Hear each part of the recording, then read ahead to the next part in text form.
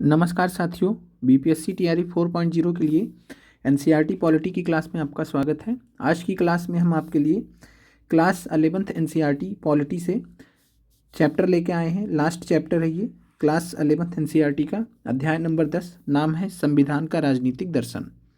और यहाँ पर हम बात करें तो ओवरऑल हमारी ये जो हमने क्लासेस इधर आपके लिए लेके आए थे 11th क्लास से रिलेटेड, तो ये क्लास नंबर 9 है संख्या में, और ये 11th क्लास एनसीईआरटी से चैप्टर है संविधान का राजनीतिक दर्शन।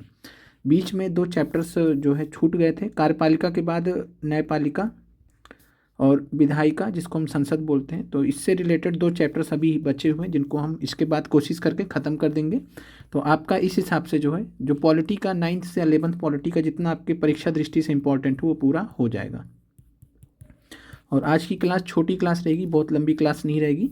तो आप सभी लोग लाइक कर दीजिएगा, कमेंट भी जरूर कीजिएगा। संविधान का राजनीतिक दर्शन, संविधान के राजनीतिक दर्शन की बात करें तो सामान्यतः हम जब संविधान के प्रस्तावना के बारे में पढ़ते हैं, प्रियम्बल के बारे में पढ़ते हैं, तो संविधान का राजनीतिक दर्शन का जो दर्शन एक्चुअल में हमें प्रस्तावना में हो जाता है। प्रस्तावना के हिसाब से जो प्रस्तावना में जो शब्द दिए गए हैं, भारतीय संविधान उसी पर आधारित है।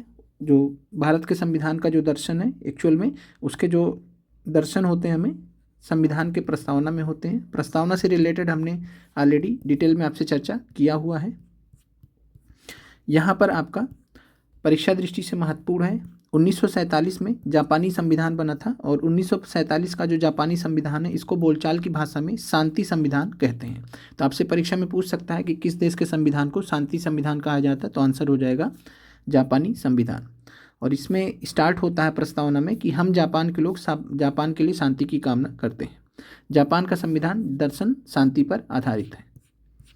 अब यहाँ पर आगे बढ़ते हैं और जो जो महत्वपूर्ण चीज़ें उन्हीं के बारे में हम डिस्कस करेंगे। जो परीक्षा दृष्टि से महत्वपूर्ण है बस उतना ही डिस्कस करेंगे।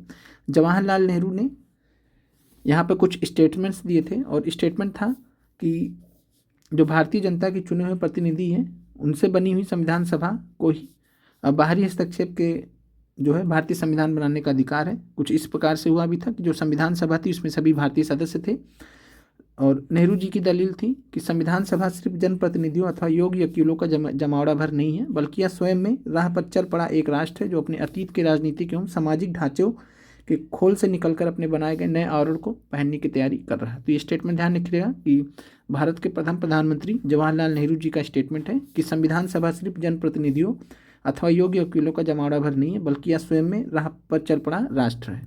आधा स्टेटमेंट भी दिया जा सकता है। संविधान के राजनीतिक दर्शन की बात करें तो यहाँ पर उदारवादी शब्द, लोकतांत्रिक, धर्मनिरपेक्ष, संघवादी, सामुदायिक जीवन मूल्यों का हामी, धार्मिक और भाषाई अल्पसंख्यकों के साथ साथ ऐतिहासिक रूप से अधिकार वंचित वर्गों की जरूरतों के प्रति संवेदनात्मक तथा एवं सर्वसामान्य राष्ट्रीय पहचान बनाने को प्रतिबद्ध संविधान है। तो संविधान का जो दर्शन है इन अवधारणाओं से हम समझ सकते हैं। इनमें से काफ़ी सारी अवधारणाओं के बारे में आपने संविधान की प्रस्तावना में भी पढ़ा है, जैसे कि लोकतांत्रिक, धर्मनिरपेक्ष, ये सारे शब्द आपको वहाँ पे मिले होंगे। और साथ में बात करें तो स्वतंत्रता, समानता, सामाजिक न्याय, लोकतंत्र, ये सारी चीज़ें। फिर संविधान का जोर इस बात पर है कि उसके दर्शन पर शांतिपूर्ण एवं लोकतांत्रिक तरीके से अमल किया जाए। व्यक्ति की स्वतंत्रता की बात करें तो व्यक्ति की स्वतंत्रता के अंतर्गत 19वीं शताब्दी में राजा राम मोहन राय ने प्रेस की आज़ादी पर काट छाट का विरोध किया था। तो यहाँ से परीक्षा में पूछा जा सकता है कि 19वीं शताब्दी में के शुरुआती समय में भारत के किस महापुरुष ने प्रेस की आज़ादी का विरोध किया था, आज़ादी की काट छाट का विरोध किया था, तो आंसर हो जाएगा राजा राम मोहन राय। अंग्रेजी सरकार प्रेस की आज़ादी पर प्रतिबंध लगा रही थी। राजा राम मोहन राय जी का तर्क था जो राज्य व्यक्ति की ज़रूरतों का ख्याल रखता है उसे चाहिए कि वह व्यक्ति को अपनी ज़रूरतों की अभिव्यक्ति का साधन प्रदान करे। फिर रोलेट एक्ट आया था, आप सभी को मालूम है, 1919 में, और स्वतंत्रता के अपहरण का प्रयास किया था, बिना कोई जो है गिरफ्तारी हो जाती थी। और रोलेट एक्ट के बारे में डिटेल में हमने मॉडर्न हिस्ट्री की क्लास में पढ़ा भी है। सामाजिक न्याय की बात करें तो सामाजिक न्याय का जो है बात करें तो संविधान जो है सामाजिक न्याय को बहुत बढ़ावा देता है। अनुसूचित जाति और अनुसूचित जनजाति के लिए आरक्षण का प्रावधान इसका सर्वोत्तम उदाहरण है। तो सामाजिक न्याय इसके माध्यम से प्रोवाइड किया जाता है अनुसूचित जाति और जनजातियों को। फिर विविधता और अल्पसंख्यकों के अधिकारों का सम्मान, के एम पणिक्कर जी का यहाँ पे एक स्टेटमेंट है, ध्यान रखिएगा। इन्होंने कहा था कि भारतीय उदारवाद की दो धाराएं हैं। पहली धारा शुरुआत राममोहन राय जी से होती है, उन्होंने व्यक्ति के अधिकारों पर जोर दिया, खासकर महिलाओं के अधिकारों पर। जो दूसरी धारा है भारतीय उदारवाद की, वो स्वामी विवेकानंद, केसी सेन, जस्टिस रनाडे जैसे लोग शामिल हैं। और इन चिंतकों ने पुरातनी हिंदू धर्म के दायरे में सामाजिक न्याय का जज्बा जगाया। विवेकानंद के लिए हिंदू समाज की ऐसी पुनर्रचना कर पाना उदारवादी सिद्धांतों के बगैर संभव न होता। तो ये के एम पणिक्कर जी का स्टेटमेंट था। और यहाँ पर बात करें तो जो भारतीय संविधान है, धर्म को सिर्फ व्यक्ति का निजी मामला ही नहीं मानता है, और उसमें अगर जरूरत पड़ता है तो उस हिसाब से हस्तक्षेप भी करता है। तो इस रिगार्डिंग कहा गया है। बाकी आते हैं धर्मनिरपेक्षता का जो कॉन्सेप्ट है, जिसको हम यहाँ पर पंथ निरपेक्षता बोलते हैं, सेकुलरिज्म बोलते हैं। तो धर्मनिरपेक्ष राज्य जो होता है वो धर्म को निजी मामले के रूप में स्वीकार करता है, यानी कि धर्मनिरपेक्ष राज्य धर्म को आधिकारिक अथवा सार्वजनिक मान्यता प्रदान नहीं करते। कहने का मतलब है कि भारत अगर धर्मनिरपेक्ष राज्य है तो भारत में कोई भी आधिकारिक धर्म भारत का नहीं है, सभी धर्म को बराबर सम्मान है, ये कहने का मतलब है। और हमारे संविधान ने व्यक्तिगत स्वतंत्रता पर आंच लाए बगैर सामाजिक न्याय के सिद्धांत को स्वीकार किया है। जाति आधारित जो आरक्षण दिया जाता है वो सकारात्मक कार्य योजना के ऊपर आधारित है, तो अफर्मेटिव एक्शन प्रोग्राम के ऊपर आधारित है। तो जाति आधारित जो आरक्षण दिया जाता है वो इसी पर आधारित है, सकारात्मक कार्य योजना पर। सार्वभौम मताधिकार, तो सार्वभौम मताधिकार की बात करें तो यहाँ पर महत्वपूर्ण तथ्य दिया गया है। भारत के लिए अनौपचारिक रूप से, ध्यान रखिएगा, अनऑफिशियल रूप से, अनौपचारिक रूप से संविधान तैयार करने का पहला प्रयास कब किया गया था? तो 1895 में, याद रखिएगा, कॉन्स्टिट्यूशन ऑफ इंडिया बिल के नाम से। परीक्षा में प्रश्न पूछा जा सकता है कि भारत के लिए अनौपचारिक रूप से संविधान तैयार करने का पहला प्रयास कब किया गया था?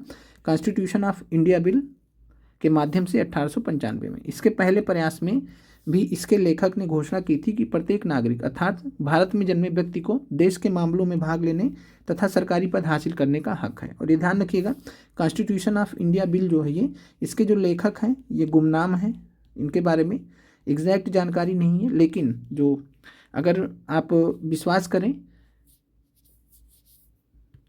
एनी बेसेंट जी की बातों का, तो एनी बेसेंट जी के अकॉर्डिंग इसके जो लेखक थे वो कहीं ना कहीं जो है बाल गंगाधर तिलक थे। तो बाल गंगाधर तिलक इस बिल से जुड़े हुए बताए जाते हैं कुछ सोर्सेस में, तो अगर बाल गंगाधर तिलक विकल्प में रहता है तो आप उसको मान सकते हैं। तो कॉन्स्टिट्यूशन ऑफ इंडिया बिल जो है 1895, और इससे कौन संबंधित थे? तो बाल गंगाधर तिलक। इसको कभी कभी स्वराज बिल भी कहा जाता है। तो बाल गंगाधर तिलक इससे संबंधित थे, 1895 में आया था। भारत के लिए अनौपचारिक रूप से संविधान तैयार करने का पहला प्रयास ही माना जाता है। फिर बात करते हैं मोतीलाल नेहरू रिपोर्ट की। तो मोतीलाल नेहरू रिपोर्ट 1928 में आई थी, मोतीलाल नेहरू जी की अध्यक्षता में थी, और 8 सदस्य और भी थे। तो टोटल 9 लोग थे इस समिति में। तो मोतीलाल नेहरू समिति में मोतीलाल नेहरू अध्यक्ष थे, 8 अन्य सदस्य थे।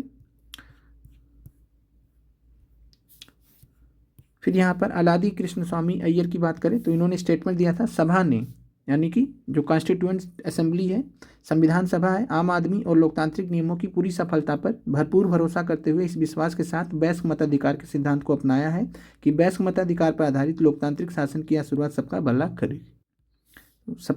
करेगी। तो ध्यान रखिएगा, ऐसा स्टेटमेंट किसने दिया था? तो अलादी कृष्ण स्वामी अय्यर।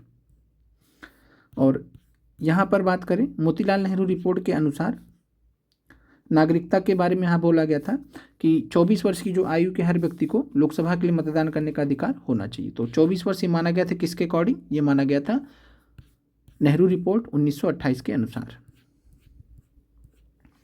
संघवाद की बात करें तो संघवाद में भारत का जब केस देखते हैं तो मजबूत केंद्रीय सरकार माना गया है, और संविधान का जो झुकाव वो केंद्र सरकार को मजबूती देता है, लेकिन जो भारतीय संघ की विभिन्न इकाइयाँ हैं उनको कानूनी हैसियत और विशेषाधिकार भी देता है।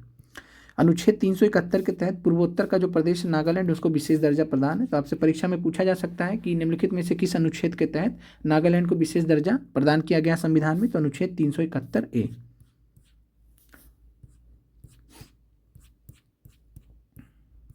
सरदार पटेल जी का स्टेटमेंट है, लेकिन आगे चलकर यह भूलना सबके हित में होगा कि इस देश में अल्पसंख्यक या बहुसंख्यक जैसी कोई चीज़ नहीं, भारत में सिर्फ एक समुदाय है। तो ये स्टेटमेंट दिया था सरदार पटेल ने।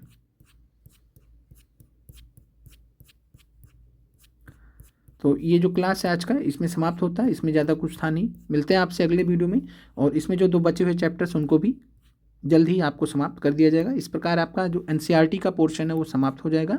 इसके बाद फिर हम जो है 6 से 8 पॉलिटी के जो अभ्यर्थी हैं उनके लिए जो अलग से जो टॉपिक्स हैं उनके बारे में हम कार्य करेंगे। जैसा आप लोगों के पेपर में प्रश्न आए हैं, जो अलग से प्रश्न आए उनके ऊपर भी आपको काम करके दिया जाएगा, जिससे आप लोगों को परीक्षा में आसानी हो, सहूलियत हो। मिलते हैं आप लोगों से अगली वीडियो में। आप लोगों का देखने के लिए धन्यवाद।